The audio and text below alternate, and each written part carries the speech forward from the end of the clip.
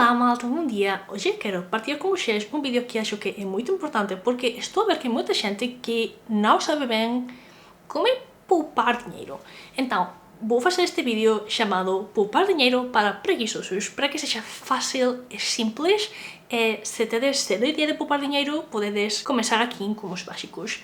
Disclaimer, não sou uma profissional, sou uma pessoa que aprendeu desde pequena a poupar dinheiro. Primeiro de tudo, para poupar dinheiro, isto é uma coisa que não vejo a gente nas redes sociais dizer, tens que ter dinheiro extra ao final do mês. Vamos dizer que tu recebes 1000 euros. Se os teus gastos são de 1000 euros ou mais, tu não podes poupar dinheiro porque não tens dinheiro extra para poupar. Isto é uma coisa que a gente não diz. É óbvio, mas é uma coisa que a gente não explica, então todo mundo fala de poupar dinheiro como assim, só gasta menos, não compres isto, não compres outro. Mas malta, muita gente simplesmente não tem extra para poupar.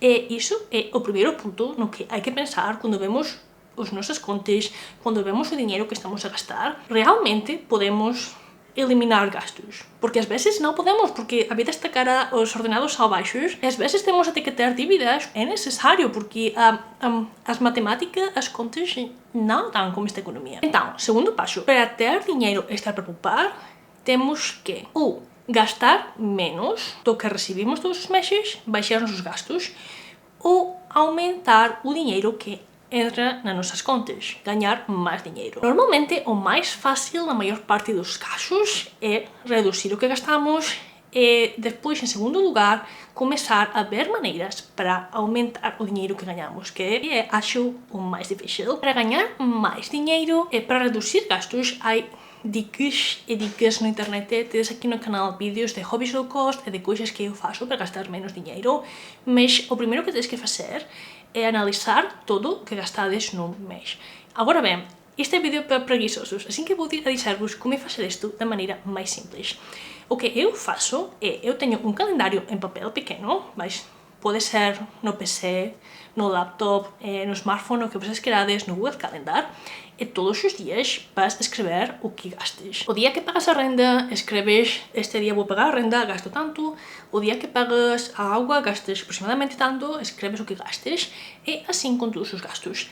E depois desses gastos essenciais e fixos que sabes que vas gastar, vas a ir escrevendo ao longo dos dias, ao longo do mês, o que estás a gastar além disso. E desta maneira, não só estás a escrever tudo, mas é muito visual, estás a ver em que dias do mês vas gastar dinheiro que já sabes que vas gastar, tipo, por exemplo, o ginásio, pagas os dias 3 de cada mês, pois o dia 3 necessitas o dinheiro para o ginásio, ou tens que ir a uma marcação médica e comprar algum medicamento, sabes que esse dia tens que gastar esse dinheiro. E depois, os gastos flexíveis, ao longo do mês, os vas a ir escrevendo no calendário. Agora bem, dica de preguiçosa: quanto menos gastos tens, mais fácil é escrevê-los, porque se tens dias nos que nos gastas dinheiro, são dias nos que não tens que estar a escrever, sumar e ver em que gastaste cada coisa. Então, quanto menos gastos, mais fácil controlar o teu dinheiro. Depois, uma vez que tens o teu mês tudo marcadinho com o que gastaste, fazes duas categorias: gastos que são necessidades, tipo renda, comida, produtos de limpeza, etc, etc. As coisas que são o que necessitas pagar sempre a viver. E depois uma segunda coluna com coisas que não são essenciais, tipo ver um filme, fora de casa, estiveste no McDonald's, compraste uma t-shirt que não necessitavas. Isso vai na coluna de gastos não necessários. Então, tens que ver os gastos necessários, sumas tudo, o dinheiro, e isso vai ser o mínimo que necessitas para viver. E depois, os gastos não necessários vão ser os pequenos luxos do dia a dia. O que ganhas ao mês, vamos dizer, eram esses 1000 euros. Tiras desses 1000 euros os gastos necessários e ficas com o dinheiro que tu tens para poupar, investir e os pequenos luxos da vida, os gastos não necessários. A este dinheiro que te queda, tiras o que gastaste em coisas não necessárias e se fica alguma coisa, isso é dinheiro para poupar. Então, para o próximo mês, o que fazes é, vais por ver os gastos não necessários e tentar eliminá-los. Agora bem, é melhor não eliminar todos de golpe e ir trabalhando pouco a pouco por categorias, porque senão vais a acabar infeliz de não ter nada fora nada extra no que gastar coisinhas para ti.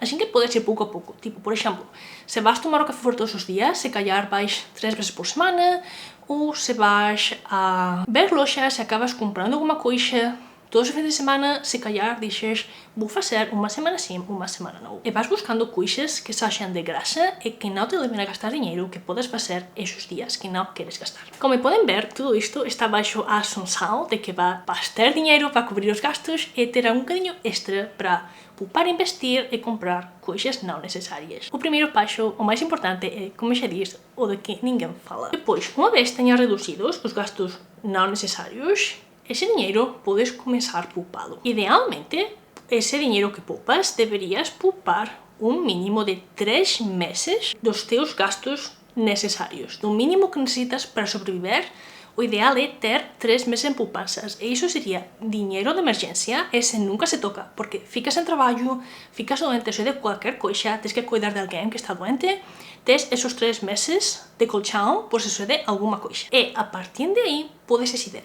Vou começar a poupar para isto, para esta outra coisa, ou aumentar o colchão de emergências. Pessoalmente, eu gosto de ter 6 meses mínimo de colchão de emergências, porque nesta economia, se tens que mudar de trabalho, ou fazer um curso para formar-te para outro tipo de trabalho, pode levar-te um tempo muito longo encontrar oportunidades laborativas novas. Depois do fundo de emergência, podes começar a fazer poupanças por categorias. Por exemplo, o teu sonho era uma viagem a Paris. Pois começas a poupar pouco a pouco para a tua viagem a Paris. Dizes, vou gastar 2.000 euros. Vale, pois começas a meter dinheiro nessa categoria de Paris, de viagem a Paris, e vais metendo dinheiro pouco a pouco a que tenhas 2.000 euros ali e podas ir na viagem. É boa ideia criar categorias a curto, meio e longo prazo. Por exemplo, o Natal.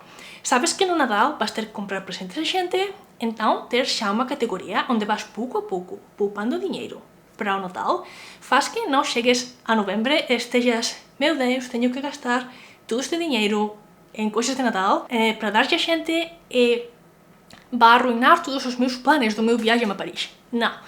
Tens que ter claro quando vas a gastar dinheiro durante o ano dentro do possível, porque a vida é custos inesperados. Tipo, amanhã a tua melhor amiga diz que tem um casamento, 100 eurinhos que vão embora. Então, ter várias categorias e ir construindo estas categorias e poupando, aumentando o dinheiro de cada categoria pouco a pouco, é o que vai levar a que cheguem esses pequenos gastos, tipo, o teu carro rompeu, pois tens este dinheiro já fora, já na categoria autocarro, que vais utilizar para arranjá-lo e não vais ficar desesperada porque não tens dinheiro para arranjar outro carro este mês. Tudo isto quer dizer que tens que ter dinheiro extra e quantas mais coisas queres fazer, mais dinheiro extra do que são os teus gastos necessários do dia a dia e de viver vai necessitar. Para ganhar dinheiro extra, pois as soluções são as típicas. Podes tentar conseguir um trabalho que pague mais, ter um segundo trabalho, começar o teu próprio negócio, fazer aqui coisas nas redes sociais, conteúdos, investimentos.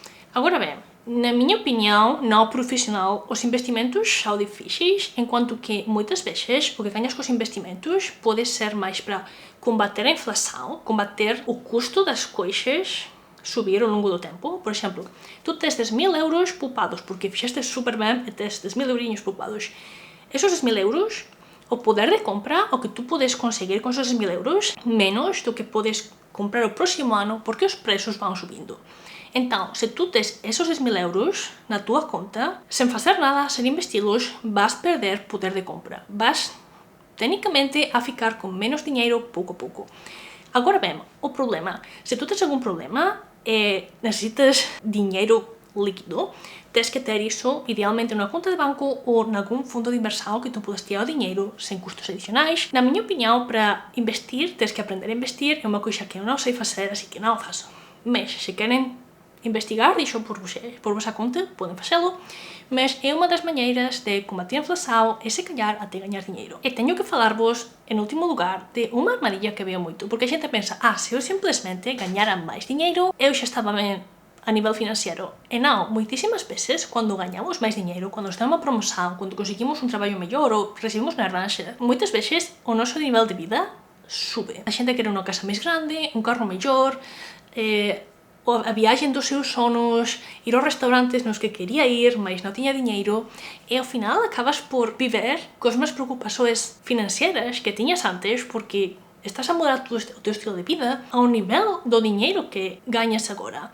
E iso faz que moitas veces estejas a poupar ou a mesma cantidade ou até menos, ou a simplesmente non poupar ou até ficar en dívidas. E isto é un punto moito importante que hai que traballar a nivel psicológico e emocional, que se vocês ven que está a ter problemas en ter moitos gastos desnecesarios. E tamén é importante por isto ver os gastos necesarios e ver se poden ser reducidos, porque ás veces pagamos moito. Unha casa máis grande, por exemplo, e non nos estamos, ás veces pagamos máis por un autocarro máis fixo que achamos é un super autocarro, cando un que custa a mitad de preço facía o mesmo servizo para nós, e non habería diferenza que non fora de percepção social ou de un noso ego, por exemplo. Mas isto é todo por hoxe, espero o vídeo fora útil. De novo, os lembro, non sou unha experta, esta é a minha experiencia pessoal. Moito obrigada por vídeo ata o final, deixem as súas dicas nos comentarios para que todos podamos partillar os nosos coñecimentos e até a próxima.